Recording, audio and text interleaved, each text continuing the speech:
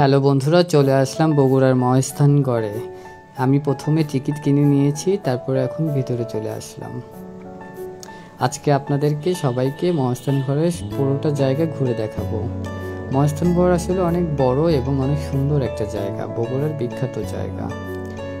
আপনাদেরকে আশা করি এই ছোট্ট একটা ব্লগে মহাস্থানগড়ের সবগুলো জায়গায় দেখাবো। আপনাদের ভিডিওটি ভালো লাগবে, আশা করি ভিডিওটা পুরোটা দেখবেন, আমার সাথেই থাকবেন। চলুন আমরা সিঁড়ি দিয়ে উপরে উঠছি।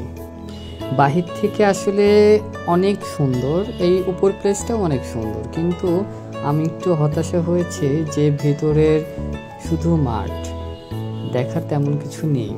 তবে আমার কাছে জায়গাটা এতটাও খারাপ লাগেনি, অনেক ভালো লেগেছে। প্রাকৃতিক পরিবেশটা আসলেই অনেক সুন্দর, এখানে অনেক মানুষ ছিল। তারপরে আমি নেমে আসলাম, নেমে এসে এই সাইডটাতে দেখার জন্য চলে আসলাম। এখানে একটা ছোট ব্রিজ আছে, পানির মতো একটা জলোচ্ছ্বাসও আছে। চলুন দেখি। এই ছোট্ট পানির জলোচ্ছ্বাসটা আমার খুব ভালো লেগেছে। এখানে ছোট ছোট ঘর আছে, অনেক কাপলও আছে।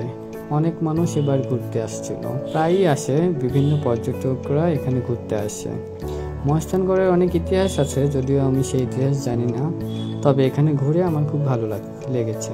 আশা করি ভিডিওটা আপনাদেরকে ভালো লাগলে লাইক কমেন্ট করবেন।